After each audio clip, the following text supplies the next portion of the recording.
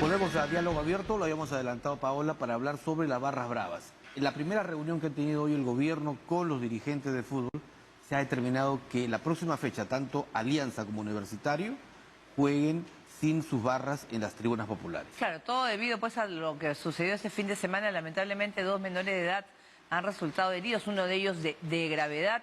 Y por supuesto uno se plantea, ¿no? El fútbol para jugarlo en el estadio, no para estar en las calles causando desorden, y miren lo que ha pasado con esos niños. Ahora, hay que decir también, Paola, permíteme, que las barras, claro, las barras están hechas para apoyar a sus equipos, pero sin embargo hay gente que, bueno, delincuentes que también Que se aprovechan para ponerse el uniforme de cada equipo y hacer sus fechorías. Ah, no, por supuesto. Vamos a hablar ahora con el doctor Luis Francia, abogado experto en Derecho Penal Juvenil. Muy buenas noches, bienvenido a Diálogo Abierto.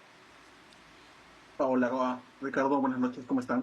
Bueno, ¿cómo ve esa medida, bueno, esa primera medida, ¿no?, de sin público por la violencia? Porque estábamos viendo, bueno, lo que ha pasado con los niños, ya el año pasado también había pasado con, había fallecido personas aquí cerca por la avenida Cuba.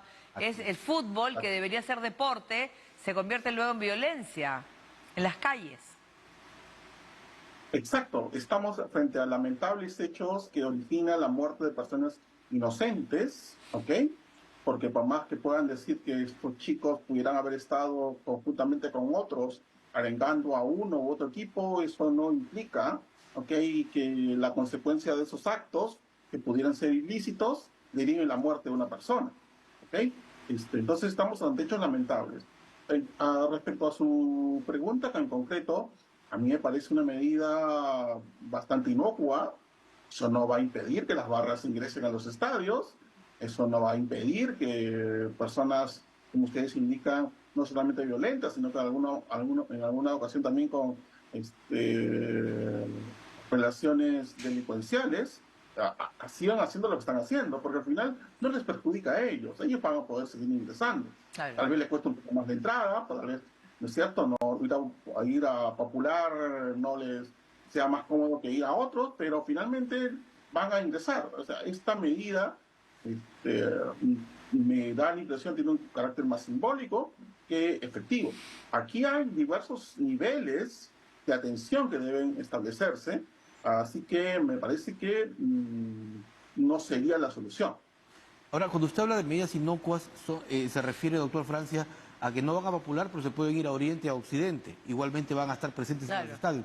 ¿Y cuánta responsabilidad tienen los clubes? Porque los clubes entregan entradas a sus barras, ¿no? ¿Se acuerda usted que hace años atrás también el Ministerio del Interior acordó el empadronamiento de barras? Pero claro, se empadronaron los buenos, ¿no? No incluyen a los malos nunca, ¿no? Claro, pero aquí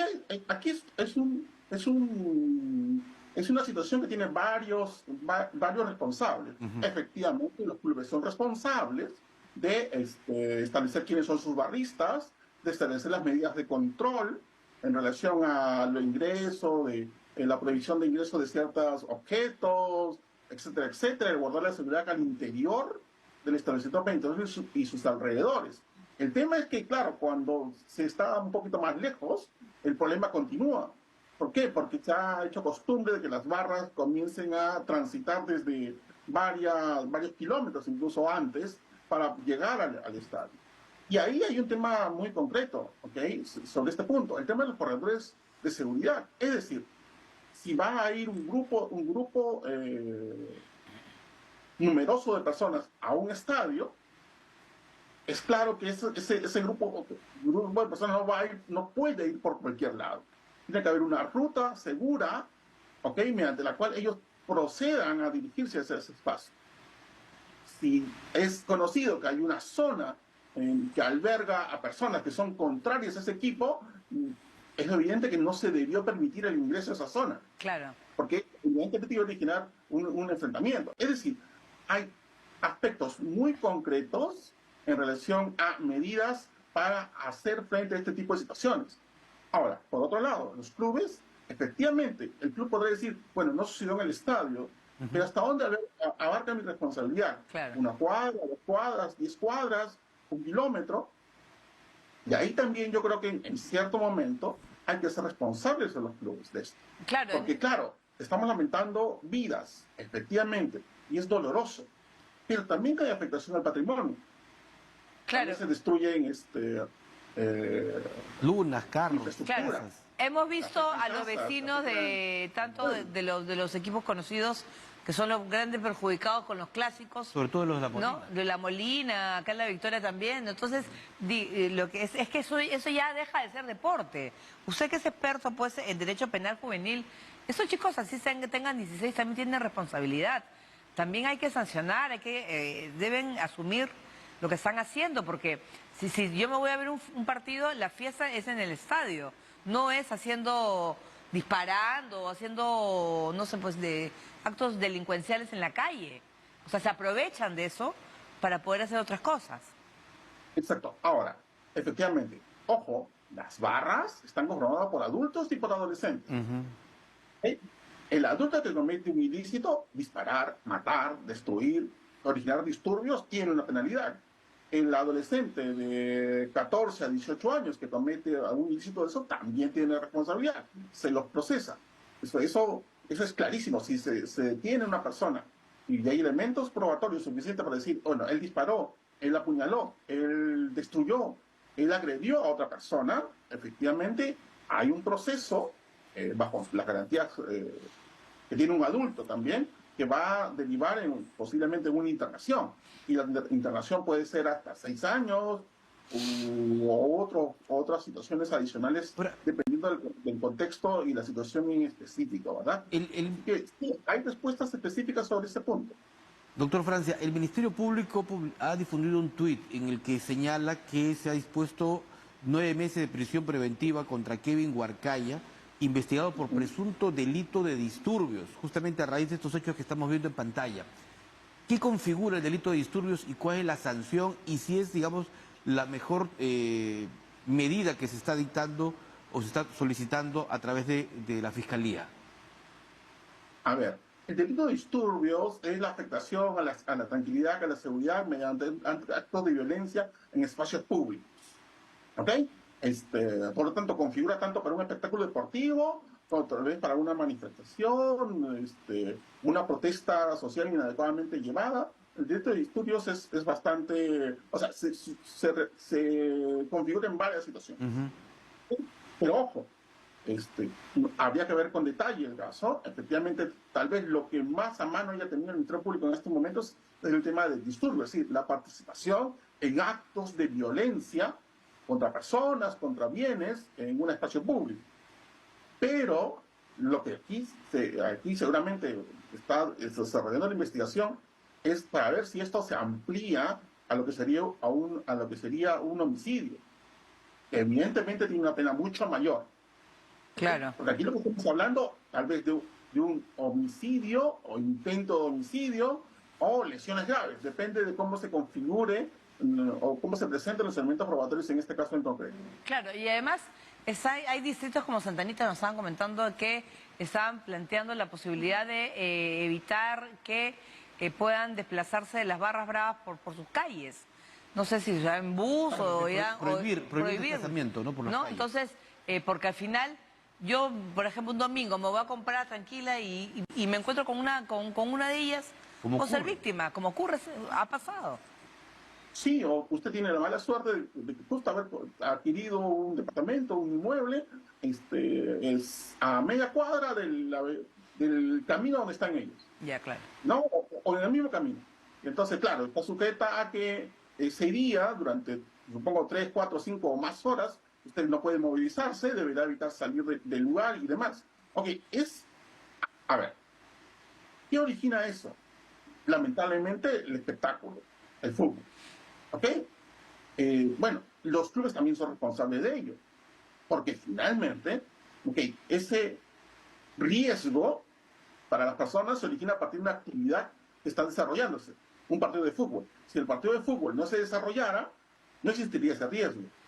Por lo tanto, pueden pensar, tal vez, futuro, en situaciones en las cuales efectivamente los clubes establezcan un fondo, conjuntamente con la federación, en donde de ese fondo se puedan resarcir los daños para los aspectos materiales, ¿verdad? Porque, claro, uno no va a tener estar atento a cada partido, a cada clásico o partido cualquier otro partido que se realice cerca para estar buscando reparar cada vez que suceda esto su inmueble, la fachada del inmueble, los vidrios, el jardín, etcétera, etcétera.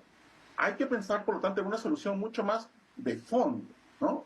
Eso Pero ojo, doctor, que esta violencia, este vandalismo que se observa, no solo se produce en los días que hay fútbol, ¿ah? Ahí en la zona de Nochetos, donde ha sido el epicentro, es prácticamente pan del día. Es decir, todos los días. Sí, un sector de Nocheto es de la Alianza y otro de la U, y cuando se encuentran, claro, se pelean, sea cualquier día, claro, se pelean. Perfecto. Eso me lleva a... Claro, porque habíamos hablado del aspecto concreto, que era la intervención policial en el día, el aspecto ya más de una medida de protección mucho mayor, que puede ser un tipo de fondo de seguro para los daños. claro. Y otro aspecto mucho más amplio está en relación a cómo los ciudadanos nos involucramos con una actividad deportiva. Es decir, no es el niño quien aprende a ser violento, Claro. quien aprende a golpear al de la U o de Cristal o al de Alianza. Son personas adultas que no entienden la diferencia básica, Claro. ¿okay?, de lo que es una confrontación deportiva, de lo que es una pelea. Claro, claro, porque... Eso va generando que los niños que están alrededor, sus hijos, sus sobrinos, sus vecinos, crean que es adecuado entonces agarrar y no solamente liquidar deportivamente al rival, sino liquidarlo físicamente. ¿Ok? Y ustedes observan los tweets también, ¿no? El Twitter, los insultos, eso comienza desde la violencia verbal. Claro. Que obviamente ahí hay todo un trabajo de prevención que hay que realizar hacia los niños para evitar que se incorporen este tipo de situaciones, ¿no? Es que su vida es así, ¿no? Todo es violencia y las cuales creen que insultando y enfrentándose continuamente, y la vida no es así, ¿no? La vida, el deporte no es así, ¿no? Eso, y él lo ven de otra manera, y de repente ver algunos ejemplos de otros países que han podido hacer, porque lo de las barras es universal también, tampoco Claro, no es solamente Perú, Inglaterra, ¿no? ¿no? En Inglaterra, ¿no? Entonces, hay manera, y hay que cuidar a nuestros niños y a nuestra gente, porque tú no tienes por qué ser víctima de unos desadaptados que pasan por la calle, ¿no? Así es, plenamente de acuerdo. Pero, y en el caso de los jóvenes, porque hay una justicia restaurativa, ¿no es cierto? Hay la posibilidad de que estos jóvenes, que desde los 12, 14, 16 años, que se dejan llevar a veces por ese apasionamiento que luego, como usted lo decía, se transforma en actos delictivos, puedan recuperarse. A ver, lo que está demostrado en los diversos estudios sobre delincuencia juvenil es que regularmente el nivel de reincidencia en un adolescente es bastante bajo. Es decir, efectivamente, un adolescente puede cometer en ciertas circunstancias hechos de violencia, sí, obviamente eso está fuera de duda, pero la gran mayoría enfrentados ante un proceso o enfrentados ante las consecuencias de esto que puede originar el hacer frente a este tipo de situaciones, posteriormente evita hacerlo. ¿Ok? Entonces sí, efectivamente, es posible en ciertas circunstancias, creo que en la gran mayoría de casos, evitar una situación de reincidencia y aplicar criterios restaurativos. Ahora bien, incluso quienes desarrollan la justicia restaurativa en este país, ¿okay?, reconocen que la justicia restaurativa se aplica para un porcentaje muy amplio de situaciones, pero hay situaciones en las cuales efectivamente por diversas circunstancias, por diversos factores de riesgo, las personas ya están involucradas en una actividad violenta o criminal. ¿Okay? Entonces, yo diría sí, pero hay que ver caso por caso. Por eso es importante cuando un adolescente está involucrado en un proceso penal juvenil, en que el equipo técnico interdisciplinario, un psicólogo, educador social, un trabajador social también, participen en la evaluación del caso y permitan, por ejemplo, recomendar al fiscal. Muy bien, doctor. En este caso se puede o no aplicar la primera remisión o la justicia restaurativa. Muy bien. Caso por... Muy bien, muchísimas gracias al doctor Luis Francia, abogado experto en Derecho Penal Juvenil. Y bueno, esperemos pues que haya soluciones. Muchas gracias. A ustedes, muchas gracias. Buenas noches. Muy bien, vamos a hacer una pausa y vamos a seguir hablando de deportes, ¿no? Pero esa vez estábamos hablando de los contratos. Deportes y contratos, Y efectivamente. contratos, porque ha habido una segunda reunión, oye, y no llegan a un acuerdo, Pablo Guerrero. No hay humo blanco. No hay humo blanco, ¿no? Ahí está Paolo Guerrero, que llegó hoy y se acaba de reunir con Richard Acuña. Se fueron los dos sin declarar y con gestos adustos. O sea, Están molestos. así es. Vamos a ver, a comentarlo luego de la pausa.